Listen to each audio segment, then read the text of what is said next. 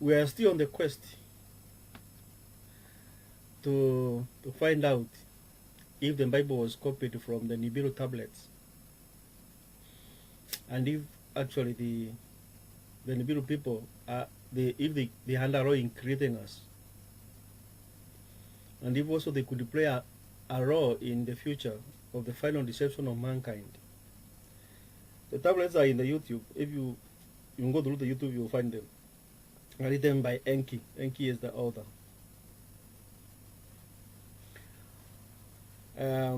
But kind YouTubers have brought them there. I don't want people to get confused. So we are going to analyze them one by one, wherever they come from, to avoid final deception of mankind.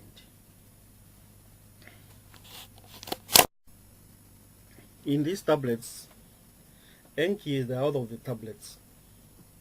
He was a Nibiruan person who wrote these tablets, which some say we copied the Bible from. Anu was the king of Nibiru. Enlil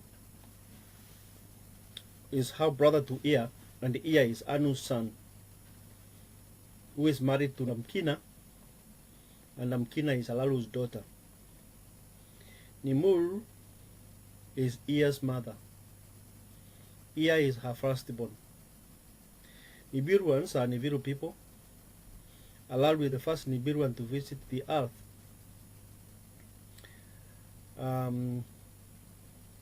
You remember Nibiru was the king of Nibiru. And then they had a contest with the Anu. And Anu fell him down to the floor, to the to the dust of the ground.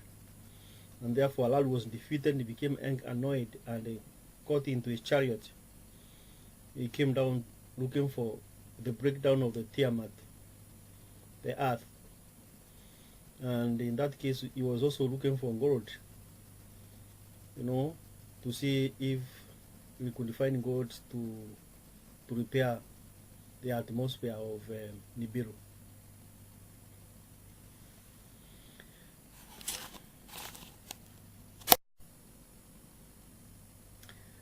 Alalu, he came to the earth, and then he managed to contact Nibiru to relay the message about finding the gold that would be used to repair the Nibiru's atmosphere. And this is how it is written in the tablet. When the word of Alalu to Anu, the king, were conveyed, Anu astounded was. Astounded were the counselors. Amazed were the sages. Alalu is not dead? They asked. According to their confession in the tablet, Nibiruans accept that they die. Hence, they cannot be God or even angels, because God does not die.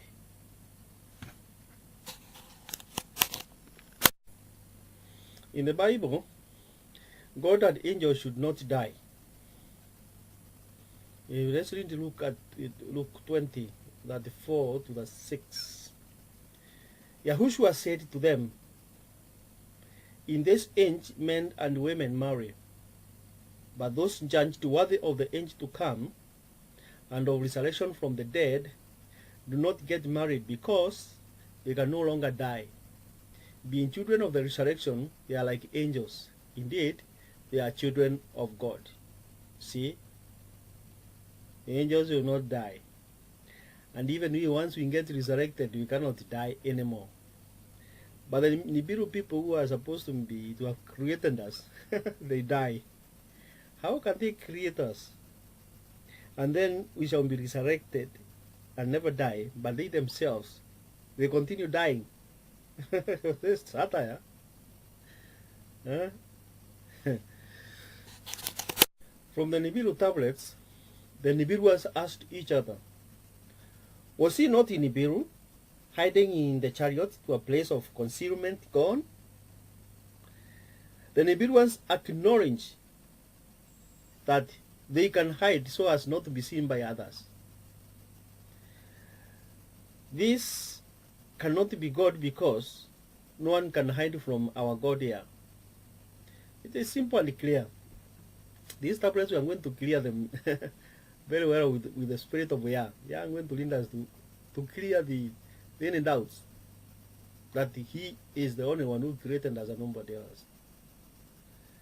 So you can see now, according to this tablet, which is written, how the Nibiruans were asking each other, was he, that is Alalu, was he not in Nibiru, hiding in the chariot to a place of a concealment? Because they think, they had all along thought that Alalu was hiding somewhere within them, in caves, in those complicated chariots. That's where he was hiding. But Alalu was already on earth. He had gone. Long ago, he had gone and found gold. So you see, they agree they can hide from one another. But can one hide from God? Yeah. So you see, from the Bible, Jeremiah or Jeremiah 23 verse 24, it reads, who can hide in secret places so that I cannot see them? Yah is asking. Yes, they are. The Almighty God is one who is asking. Who can hide in secret places so that I cannot see them? Declares the Lord. Do not I fill heaven and earth? Declares the Lord. In other words, you cannot just go to hide in a chariot where the Lord is. God will always find you wherever you are because He fills everywhere. Heaven and the earth, everywhere. But these Nibiru can hide from one another. So how can they be God? You see this deception. For someone to be deceived that these people are gods, they are our gods, they created us. There has to be a lot of stupidity. You have to somebody be thinking. God is confessing Himself, and the Nibiru people are confessing themselves. There is a lot of big contrast between the mortals and the immortal. Our God here is mortal, immortal. The others, the Nibiruans, are mortal. Yeah. However, while we read these tablets, there are some things we find which are unique. And all these things are unique because it is God who created everybody. Take, for example, Bantu. There is Bantu tribe in Africa. And some Bantus are Negroes went into America. Others, India, and so many other places, where they serve as slaves and so many things, according to the curse of the Israel. So Anu's wife was referred to as Antu. She was called Antu. I think we say Mrs. But she was Antu. And Enrio was her son.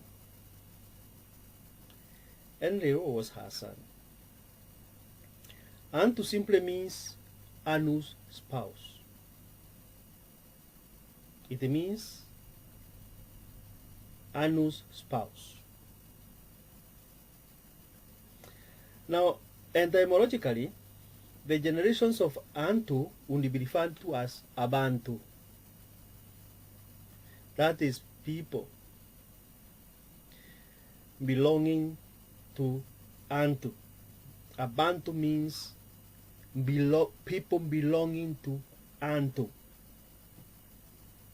In that respect, we could say Enriu was a Bantu because he belongs to Antu. The Ameru people, live in Kenya and others are in Tanzania. They refer to people as Antu.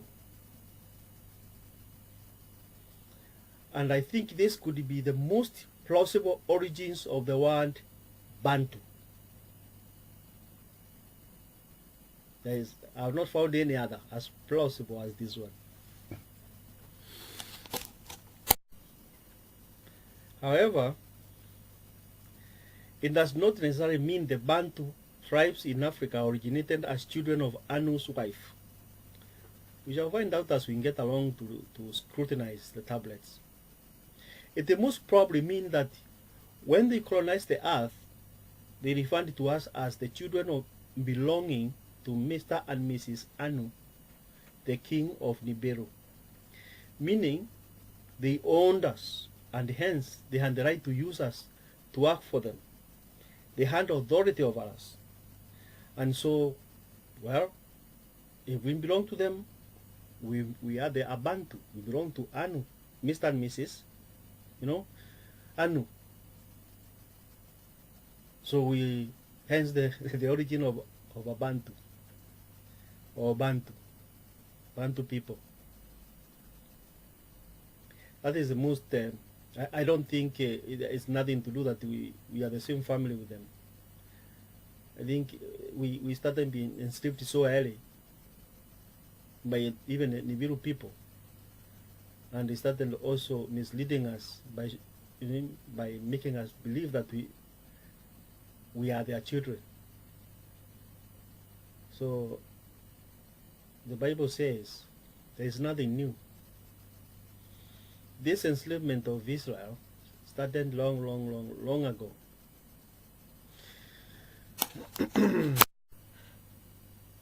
Otherwise, somebody must have convinced the first Bantu that we are the children of Antu.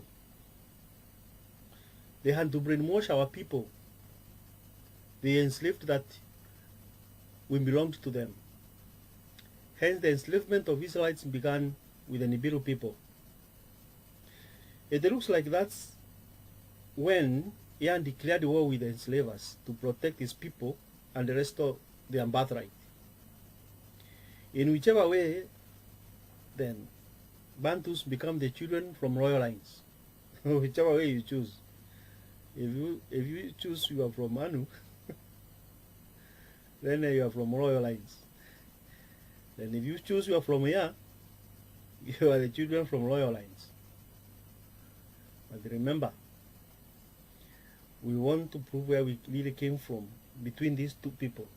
We come from the Nibiru and we come from Yah. And it is getting very clear. And it's also coming into context that there is a very high probability that you are enslaved by the Nibiru people. And they started brainwashing us that we belonged to Anu. And so, to Antu, Mr. and Mrs. Anu, that is Antu. And so we became a Bantu tribe, belonging to Mr. and Mrs. Anu. But here, Yah declared war immediately with them because of that slavery. This slavery continues up to today. But he is going to restore our birthright because what he says has to be done. What he passes forth must come according to the way he wants it to come. That is the declaration of Yah. This is majesty. Nibiruans, they wondered how they could even access some praises created by Yah. Yah, to them they call him Apsu. But you see, they could not appreciate Apsu enough to worship him. This is how the tablet is written. One part of the tablet is written. How through the Hamad belt, asteroid belt, which is the Hamad belt is the asteroid belt, to Nibiru can the gold be brought. So the gold was supposed to come from Earth to Nibiru, and there is that asteroid belt. When the Tiamat was destroyed, the fragments of the planet, that planet, the rocks and everything, they formed asteroid belt. Nibiru called that belt Hamad belt. They were hammered. They were hammered by Nibiru planet. That Tiamat was hammered, so it was Hamad belt. So they wondered, how can gold be brought through that belt, which is full of stones floating everywhere? See, they were astonished. They didn't know what to do. And are they God who created things? They are already afraid. They don't know how to puzzle out some things, some natural things. But you see, they cannot give glory to Yah. How could they claim to be our God when they wonder how to access even some places? Is it not obvious? We are going to attack this notion of these people creating us until you find that they will leave them into smithereens. Huh? Remember, we now know Nibiruans are mortals just like us. They die. In the Bible, Yah made all these places where Nibiruans wonder how to get there. There's one who created there where they say, how can we get there? How can we pass through there? It's Yah who created those places. In the Psalms 8:4-5, it says, when I look at your heavens, the work of your hands, the work of your fingers, the moon, the stars that you set in place, what are mere mortals that you concern yourself with them? Humans that you watch over them with such care. Hence, it is only He who is worthy to be worshipped. It is only He, Yah himself. Because, look, He formed everything, the stars, and He kept them where they are. He put them where they are. Where Nibiruans cannot get there, and Nibiruans are mortals. So what sort of people are these? They are just technologically advanced. It has nothing to do with that they are our God. That is nonsense. The Nibiru people, or Nibiruans, just like us, have fear of losing their loved ones. They, for example, here wanting to head, the mission to the earth, to join Alalu, and his parents were very worried. This is what they say in the tablet. My son, the firstborn, a far journey you have undertaken. Go and in safety come back. So did Anu to his son speak and blessing, bidding him farewell. See, Anu was worried for his son's safety. But the son made up his mind. I'm the one who is going to join Alalu. After all, I've married his daughter. So although you fought with him for kingship, I think I'm the best person to go there. Because I belong to both of you. We are connected. And he was very intelligent, highly learned, the most learned person in Nibiru. And so the father was worried, but what could he do? After all, it was a mission to save Nibiru, to save his kingdom.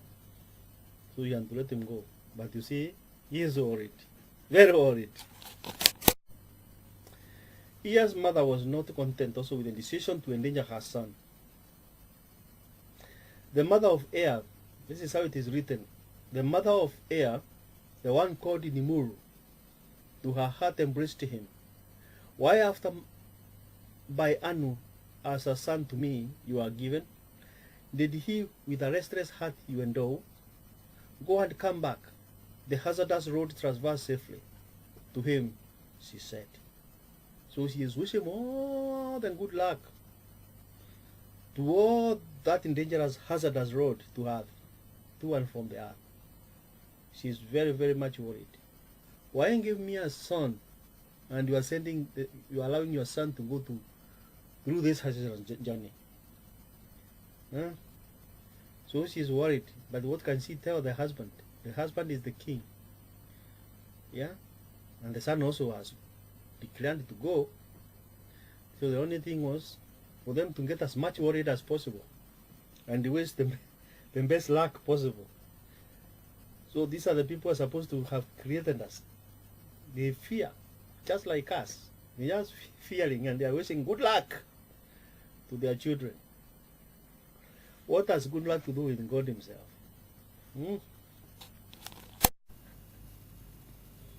When you are passing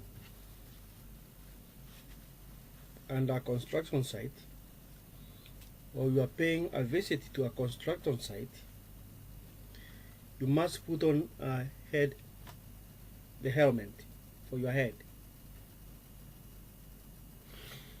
It is because you are not God. If anything falls, it will just break you to pieces. If they fall from the construction buildings, they just smash you. You'll be lucky to be alive after it has hit you. So be clever and put on a helmet. You don't want to discover what will happen if you are hit by a rock or by a falling boulder from the construction buildings. Not unless you are God. Now Nibiru people knew otherwise. So they put their helmets when they were going on construction sites. So it's something they were aware all along. They are not gods. So that's why you find they were scared that their child would die when facing that perilous journey. Otherwise, why were they worried if they are gods themselves? Let's see what the true God does in John 11:25 to 44.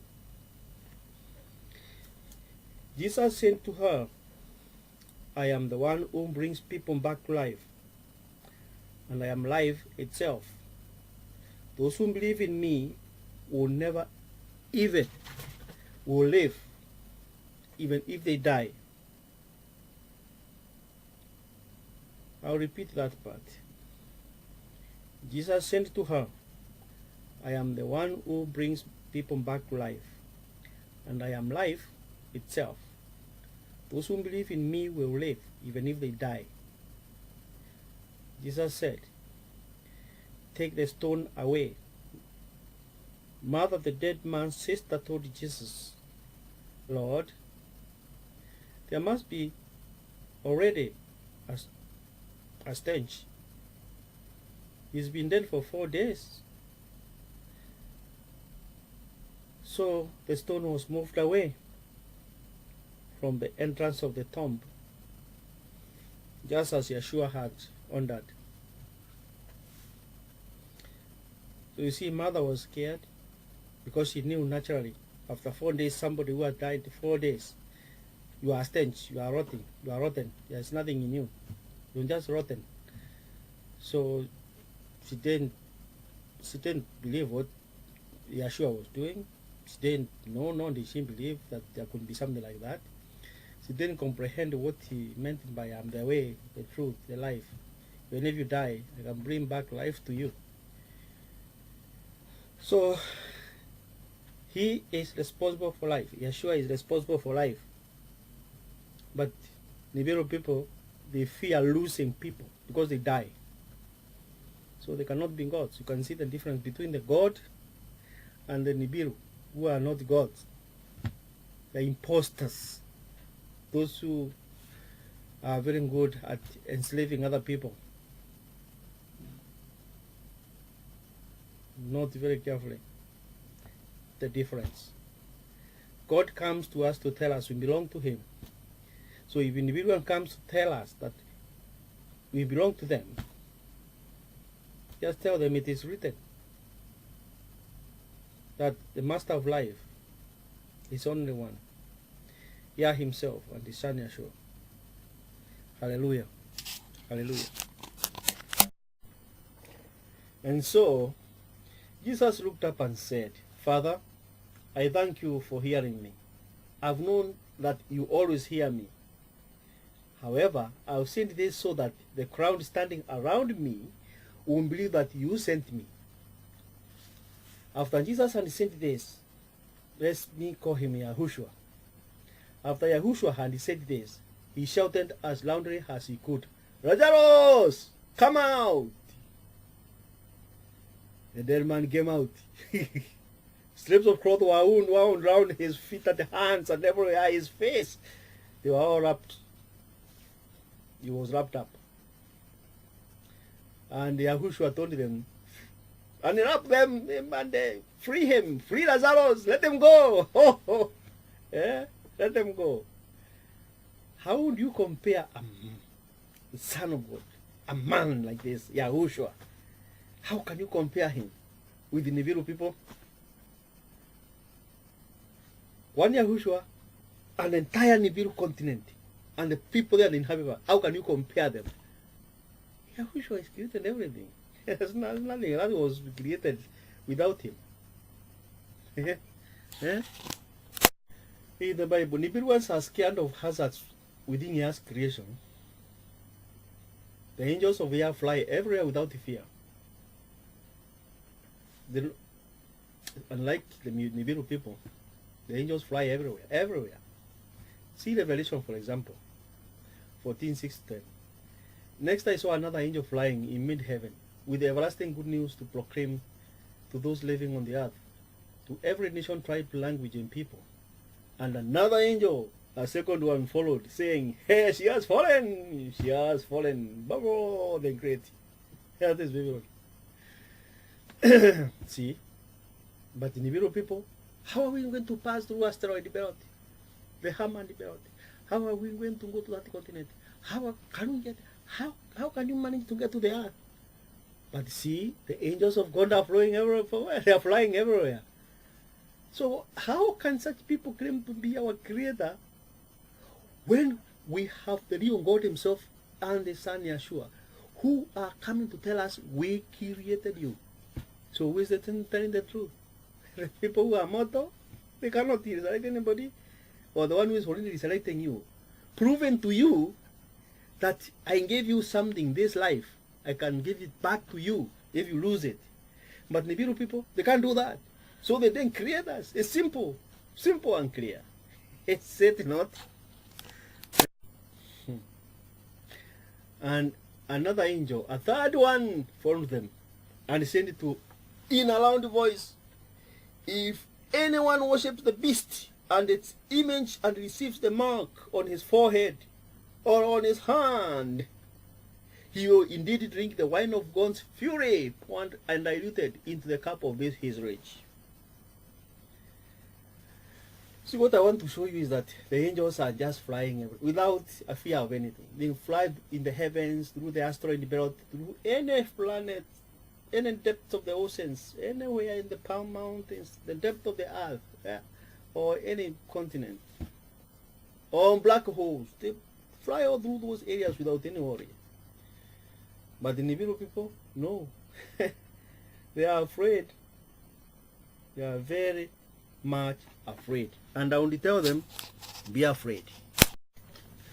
Now that's for information. Now from Nibiru to Earth, they came straight from Nibiru across Little Gaga. Little Gaga is their language, but we call it Neptune. They describe it very well as described as blue-hued. See, they bypassed Pluto, the first planet, there. First planet, and they went straight to Little Gaga, which is Neptune. And then from there, they went across this Uranus, or they call it Uranus. It's Uranus because the tablet says it's the third planet. That is from Pluto. The tablet says Uranus has a host of moons. Then Ansha. They came to Ansha, or Saturn. They describe it as one with the beautiful rings, Saturn. Everyone knows about it. They say they don't know about the Saturn. They just call it Ansha, but they describe it as the one with the beautiful rings. No, and we know it. We humans know it is. We call it Saturn. Then from Ansha they came to Kinsha, Jupiter, which is Jupiter. And how do we know it's Jupiter? It's because they describe it as the giant Kinsha, foremost farm of the planet. It is the heaviest. It's very huge. And it is, according to their description, that's very stable. It's Jupiter. And then from there is you find the asteroid belt. The asteroid belt is where Tiamat was, which was destroyed and everything broke into Earth. Anyway, once you cross, and this is where they were afraid to cross the asteroid belt, the Niburians. They were wondering how can anyone pass asteroid belt to bring gold through there. Anyway, from asteroid belt, if you pass there, you can get to Lamu, which is Mars. They landed on Lamu to get water to cool their engines. That is Mars had a lot of water those days. And then from Lamu, you come to Earth, which they call the seventh planet. That's what they said. It is the seventh planet. When passing by Little Gaga, which is Neptune, they suggested to land and examine its beauty. But Yah said it was a place of no return, because they said it's blue in a certain way. There's a very nice blue. They wanted to go and see the beauty there. But the Yah, who was the leader of the mission, he said they were on their way coming. So they were suggesting, let's pass by and see all that beauty of blueness, where it is coming from. But Yah told them, no, that is a place of no return. Then why should Nibiru gods be so limited in their abilities? They have a place they fear to go, because they are places of no return. That's where we see the angels are flying everywhere. Meaning, their interest of the angels is in us, not in the Nibiru people. Why? Because we belong to where angels come from. And where do they come from? From Yah himself. Yah and his son Yahushua is the one who created them and us. So the interest. So these people come to claim from Nibiru that they created us. They are just looking for a name for themselves. Yah, our God, is he who created places of no return. The Nibiruans are afraid of. See? So simple as that. In Psalm 7 verse 12, it reads, where can I flee from your presence? If I climb up to the heaven, you are there. If I lie down in shore, you are there. If I fly away with the wings of the dawn and land beyond the sea, even there your hand would lead me. Your right hand would hold me fast. If I say, let darkness around me, let the light around me be night, even darkness like this is not too dark for you. Rather, night is as clear as day, darkness and light are the same to you. That is proclaiming the majesty of Yah himself, to show that he is everywhere and you can't hide anywhere. There is no place of no return to him, because he created everywhere. Because he is everywhere, he created all places, so there is no place of no return. But in Nibirus, there are some places they will not dare go, or even pass by. So they cannot be our God. So really, if the Bible talks of Yah being everywhere, according to the Psalms we have read, then the Nibiruans did not give Bible to us, because Bible is writing all those things which Nibiruans have not written in their manuscripts or in their tablets. All they have written is something to show that they created us. But you see, we didn't copy from them at all. Instead, they should borrow a copy from us and learn how to give glory to Yah. We can give them the Bible to copy, but we didn't copy anything from them. Unless they want to copy the Bible, we are not, their tablets cannot help us. They cannot help human beings. At least they are giving us some more information, because they tell us there was water in those days in Mars. They write like this in their tablets. There is water on Lamu. Yah was saying, can you bring the chariot down upon it? Anzu, who was their pilot, he was asking. In its midst, lakes and rivers were later deftly Anzu, the chariot made trouble lower, and by a lakeside it gently came down. While the chariot was getting its fill of waters, Yah and Anzu, who was the pilot, the whereabouts examined. Waters were good for drinking, the air was insufficient. You see? So they landed there to refuel their chariot, or their engine, or their car, or their rocket, whatever you call it, with water. In Mars, there was plenty. So when they were refueling with water, the Yah and the pilot were walking about, examining the place, and they found the water was good for drinking. It was just like this one on the earth. But in the air, the oxygen level was not sufficient. The air was lighter. So they found that Remember, this is the water which they used to cross the belt, the water gun. They used the water gun to strike those rocks to give way. So that means their rocket must be very powerful. But when Alalo was coming down to Earth, he used nuclear bomb. He shot those asteroid poet rocks, the borders, with the nuclear until he got his way across. That guy was bad news. Today there is no obvious water in Mars. The Nibiruans could have prevented this to happen. That is loss of water if they were really gods who created us. They could have ensured that water remained in Mars. It's easier to prevent water loss from a planet than creating a human being from inanimate soil from a planet. Here is water, and here is human. Human is from the soil, and water is already there. It's just a matter of it evaporating. You are unable to prevent this water from evaporating and disappearing completely, but you claim you can create human being from the soil. That's madness, sheer madness. Why did the water mass dry up? Let's see Ecclesiastes 3:11. He who is Yah has made everything suited to its time. Also, he has given human beings an awareness of eternity, but in such a way that they can't fully comprehend from beginning to the end the things God does. You see, man knows about eternity. This is what he has not given the Nibiru people. He has not given that mind of eternity. Otherwise they could be praising him and glorifying him. But instead they glorify themselves. And they call planet gods and such things. And they call themselves gods. So why something should disappear is simply because everything is sweetened to its own time.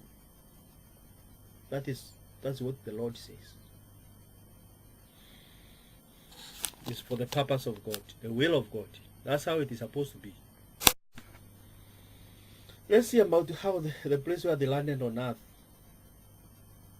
The tablet says, when the Yah and his team, I think there were around 50 people in the ship, it is written, when they were coming, the ship, now they have reached they have passed the asteroid belt, they have reached the Mars, they have refueled with water, and then they are now heading to the Earth, and so they are now, it is looking for a place now to land. So let's see how it is written, how they are looking for a place to land. Where the ocean touched in dry land, where four waters were swallowed by marshes. They had trouble choosing landing space. Too heavy, that's what they say, too heavy and large the chariot is for the marshes. The Earth's net, which we call gravity, is too powerful for us to land on dry land. To descend, it is. Splash down in the ocean's waters. That's the only safety. Here to Anzu shouted. In our ear shouted to Anzu. Anzu is the pilot of this chariot. So he shouted to him, can you please land into the water, not on the marsh? Because you can get into the marsh, you can get stuck there. We shall go deep in we shall not be able to get to salvage the ship from the depth of the mud. And we cannot land on the ground because the gravitational pull is such that you have never seen it before. So just splash in the water. The buoyancy of water will help us. See? And it is easier to navigate in the water. He was a great engineer. He had prepared the ship in such a way that it will be able to balloon. Once it lands in the water, it will bring up the balloons which will float it.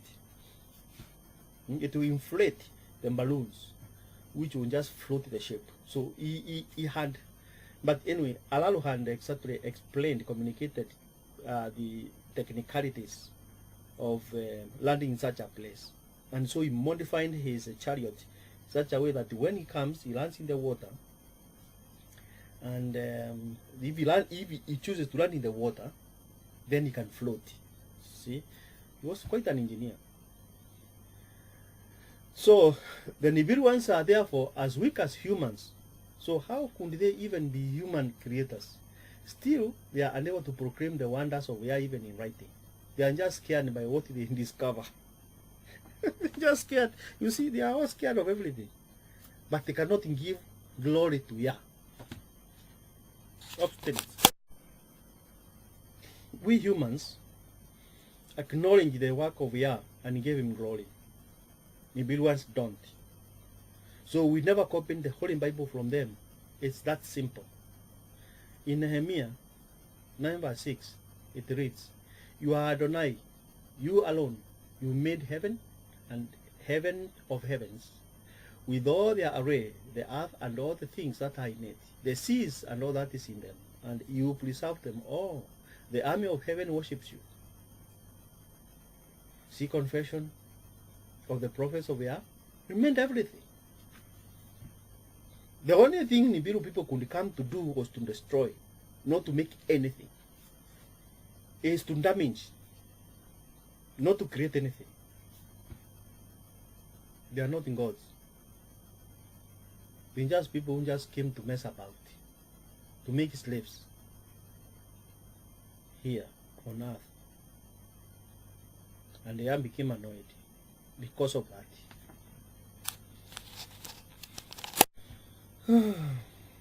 So, from the ocean they floated the chariot towards the shore. You see, they had those inflatable balloons. Soon the wind raging ocean narrowed as they were pulling it. You know the shape now, or the chariot. They were pulling it from the water, from the ocean. And they say soon the wind raging ocean narrowed as they were pulling it. Dry land on the both sides as the guardian appeared. On the left side, brown-hued hills were rising. On the right, mountains to heavens, their hands raised. When they reached the marshes, they descended from the chariot. Down with the face shoots, they wore face shoots and they swam. And they swam to the dry land. So you see, the marshes were very deep. Very deep. So to avoid drowning, they had to swim. And so to get wet, they had to put the suits, you know, swimming suits, the divers suits. We put those diving suits so that they could swim to the earth, to the ground. In other words, to the land, to the dry land. This is how they light it. High were the marshes flooding. Deeper was the bottom than expected. Swimming with bold strokes, forward he advanced. This guy is swimming in the water. He fears to drown. And he also fears to get wet, so he has to put special clothes. Our God said, true creator, what would he have done in the circus? Well, we have examples of what he does, what he has done himself before in some situations. In contrast, God does not need to wear face suits or swim to cross the water. Look at Yahushua, the son of Yah. He just walked in on the water. The people, they wore face suits. And they saw him with the great strokes. Look what Matthew 14 verse 24 says. But by this time, the boat was several miles from shore, battling a rough sea and a wound. Around 4 o'clock in the morning, he came towards them walking on the lake. When the pilgrims saw him walking in the lake, they were terrified. But at once, Yeshua, or Yahushua, spoke to them. "Courage," he said. "It is I. Stop being afraid." So, when they left Yahushua on the other side of the lake, and they decided to be crossing, you know, to cross, so that maybe he can come later, or they can come for him later, or he can get another boat to. There were many boats to join them. They were so surprised when they were being tossed by wind in the middle of the sea, that he is walking on the water to come and save them. You see, he didn't down in face shoots. He didn't go coming in great strokes, you know, in the water, swimming to join them. He was walking on the water. So you can see the contrast between Nibiru people and the one who claims the right master, the one who created us, the master, Yahushua himself. Yeah? You can see the contrast. Can you even compare? Would you still believe that this, when Christ says he created us, it was through him that everything was created. God created us, and the Nibiru created us. They say they created us. So can't you really find the truth here and find he who created us is with us and is doing things here? But the other one is Nibiru people. They are just dying like anybody else. They are afraid of anybody else. They are wishing luck to each one of them. They, even water they fear, to drown. They have to put special suits, such things. You have to be lied to even if they came here with high advances or whatever. Eh? Can they lie to you now? Yeah. Or Yahuwah can also create and dry space in the water for people to walk across, unlike the Nibiru's people. Read Exodus 14:21 to 22. Moses reached his hand out over the sea, and Adonai caused the sea to go back before a strong east wind all night. He made the sea become dry land all night. He made the sea become dry land, and its water was divided in two. Then the people of Israel went into the sea on the dry land, with the water walled up for them on their right hand and on their left, and they crossed on dry land. See what Yah can do? One who says he created us, what he's doing for his people, the people he created, this is what he's doing them. He's not giving them swimming suits. He's not giving them ships or canoes. No. He's ordering water to part. And the land which is left there is not wet. It's dry land.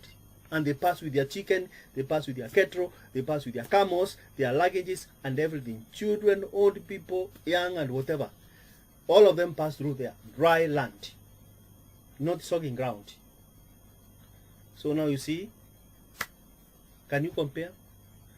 Never get away from Yah. Yah is the one who counts. It's nobody else.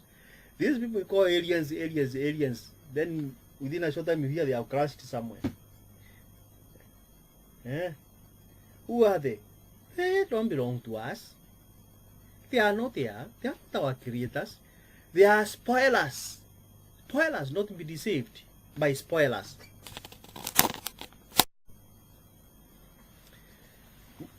Joshua, in Joshua 3:13 to 17, it says this way: when those carrying the ark had come to Yarden, that is River Jordan, and the Kohanim and the chief priest, that is the chief priest, carrying the ark had waded into the water, which does not just mean to swim. You know, you go into the water, you just go like this, walking in the water, but you know you are wading, there is water around you. And then he reached at the, you know, at the middle of the water. The water was flowing fast. What happened? The water was completely cut off, the downstream. And the people crossed over. The Kohanim carrying the ark for the covenant of Adonai stood fast on dry ground in the middle of Jordan, and while all Israel crossed on dry ground, until the entire nation had finished crossing the Jordan. Nation, entire nation passed. It's not 1-2 people, it's entire nation. They passed River Jordan. They were flowing. It was overflowing with water, but they were carrying the ark of the covenant. So he stepped in the water. The moment he reached there in the middle there, the water divided. You know, it stopped flowing, and the place they were became dry land, and the all Israelites passed. Now that's can God like that one? Can Nibiru people compete with God like that one? Who can compete with God like that one? Who dare? And why do you have to choose any other side that cannot even dare face the Lord like that? Be wise. The children of God, if you count yourself children of God, children of Yah, have stamina. Believe you are in the right place. Believe you are with the one He who created you. And be satisfied. Praise Him, glorifying you. Don't look behind, look forward. because you look forward to the gift of everlasting life.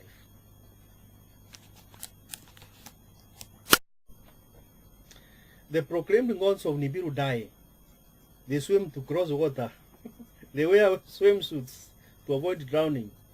Yet you still believe that they created us, or that we copied the Bible from them.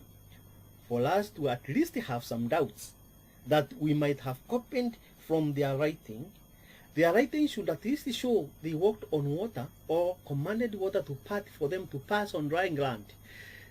This never happened, so Nibiruans are simply self-proclaimed gods, simply for them to feel good and to deceive, to cheat, to lie, just like their father Satan,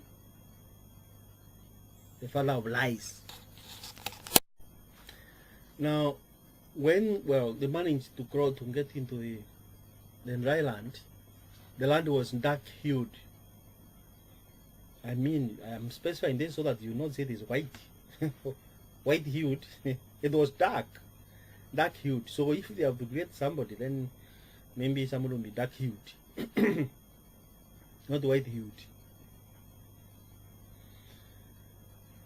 Then they established this town called Eridu. And they called it Eridu to mean a home in the far away. In the dictionary, you read Eridu is an ancient Sumerian city in now what is called Tel Abu Shahrain in Iraq.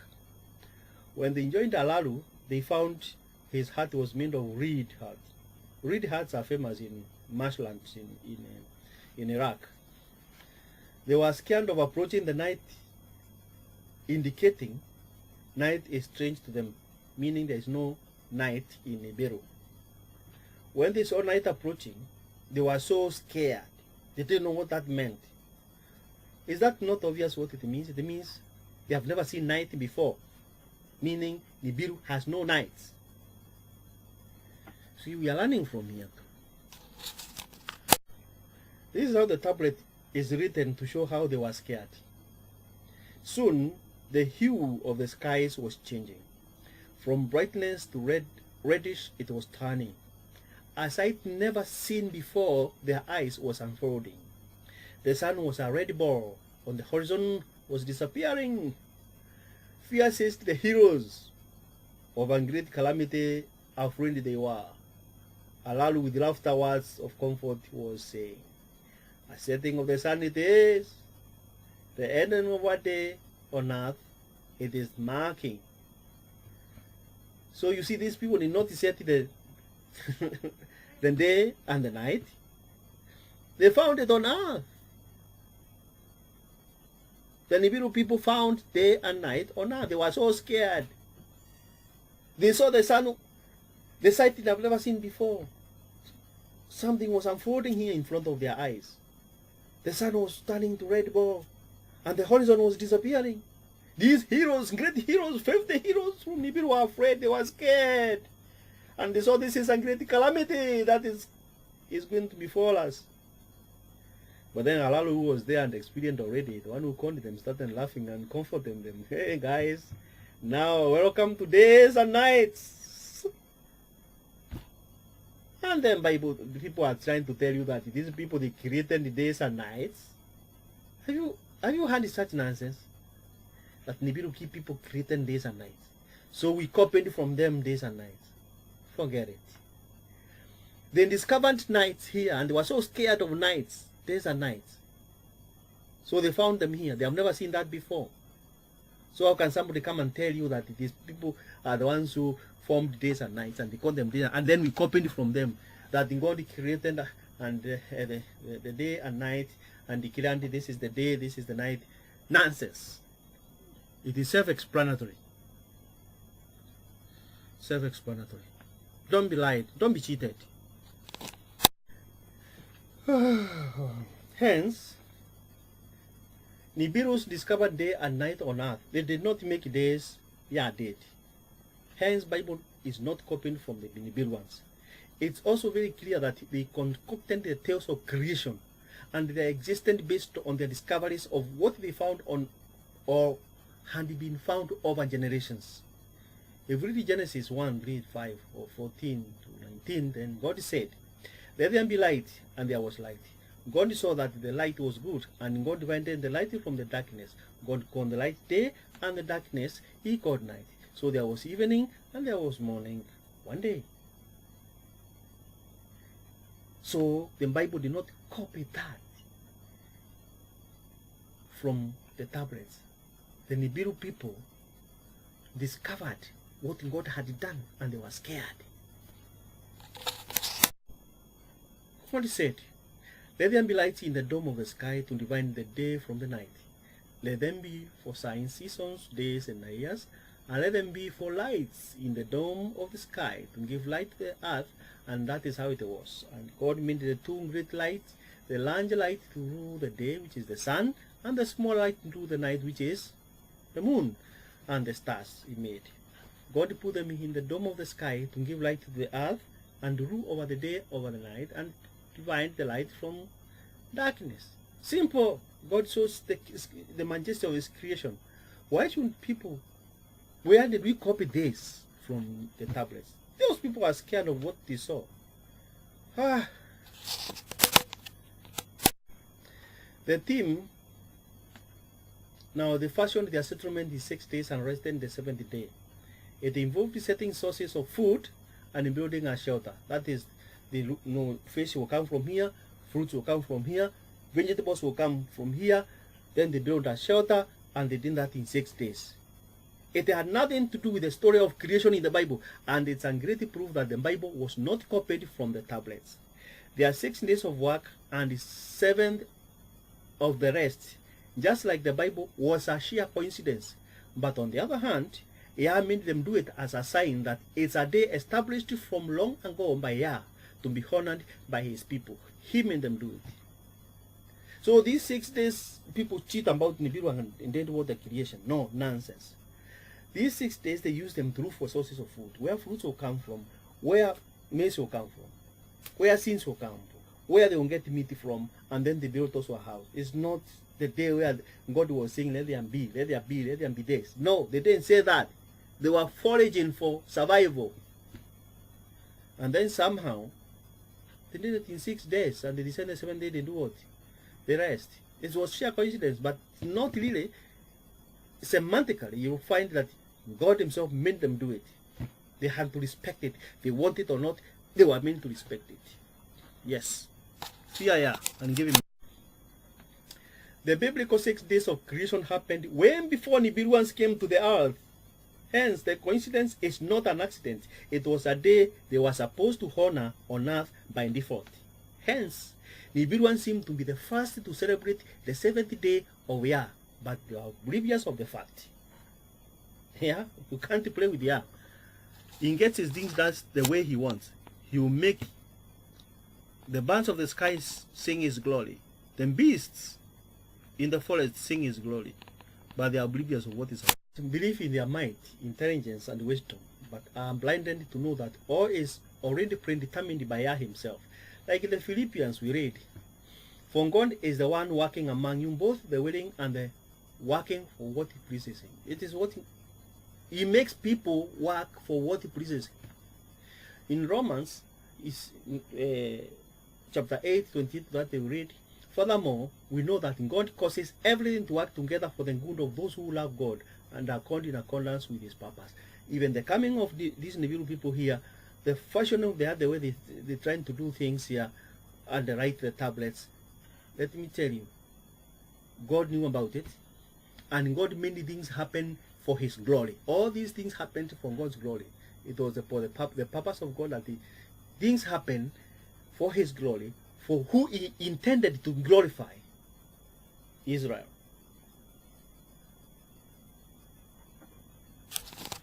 Chapter 8, 29 to 30, we read, "Because of those whom he knew in advance, he also determined in advance who would be conformed to the pattern of his son, so that he might be the firstborn among many brothers. And those whom he thus determined in advance, he also called. And those whom he called, he also caused to be considered righteous.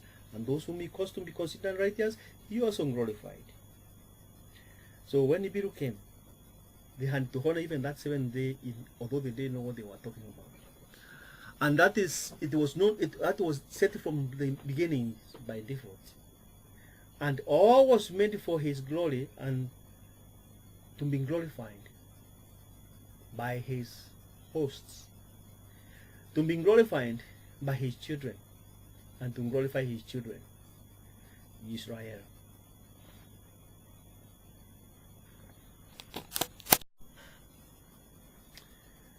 Here, his name was changed by his team to Nudimud, meaning the artful fashioner. After collecting metals for 6 days, the 7th day they used it to examine the collection. And in context, this is work. According to the Bible, this is work, which is prohibited on the 7th day. But at least, in some way, they knew it's a day of rest. So to them, whatever they were doing, they were more or less resting. They were not doing active work. Now, they had to honor that day, but they didn't know what, that it was an order, a command from the Most High. Hence, in this 3rd tablet, the ingenuity of Yah is shown by making the Nibiruans recognize the Sabbath, though oblivious of its significance or true source. This is all Yah's plan. Isaiah 46:9 to 13. Remember things that happened at the beginning, long ago, that I am God and there is no other. I am God and there is none like me. At the beginning, I announced the end. I proclaim in advance things not yet done, and I say that my plan will hold. I will do everything I please to do. I call a bird of prey from the east, the manner intended from a distant country. I have spoken and will bring it about. I have made a plan and I will fulfill it. Listen to me, you stubborn people.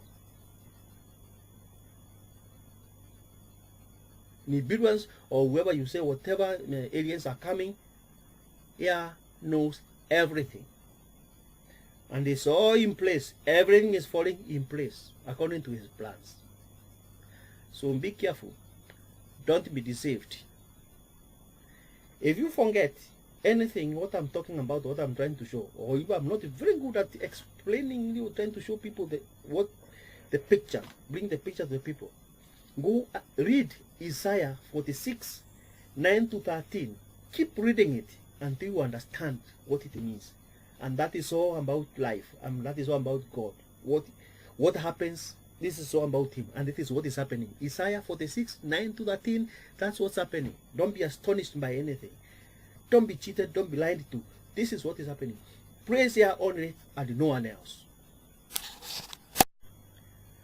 And remember, we continue. We read continuation with Isaiah. Listen, verse 12, where he says, listen to me, you stubborn people. So far from righteousness, I am bringing my justice nearer. It is not far away. It's not far away. My salvation will not be delayed. I will place my salvation in Zion for Israel, my glory. For Israel, my glory. For Israel, my glory. Do I want to repeat that? So, that 7th day, those Nibiru people respecting 7th day, oblivious of the fact, by default, they just respected that day, 7th day they rested, by default. It is all for the glory of Israel. They're fighting, whatever they did, they came, they enslaved people here. It was all for the glory of Israel. For everything must fall in place, because the salvation must come in the right time. When he has declared, that's when it will happen. So give glory to Yah. Do not ask questions, unnecessary questions. Just talk with Yah and give him glory in everything. Because he is the beginning and he is the end. So next week, we shall proceed to the 4th tablet and catabolize it. Yeah? Glory be to Yah. Hallelujah, hallelujah.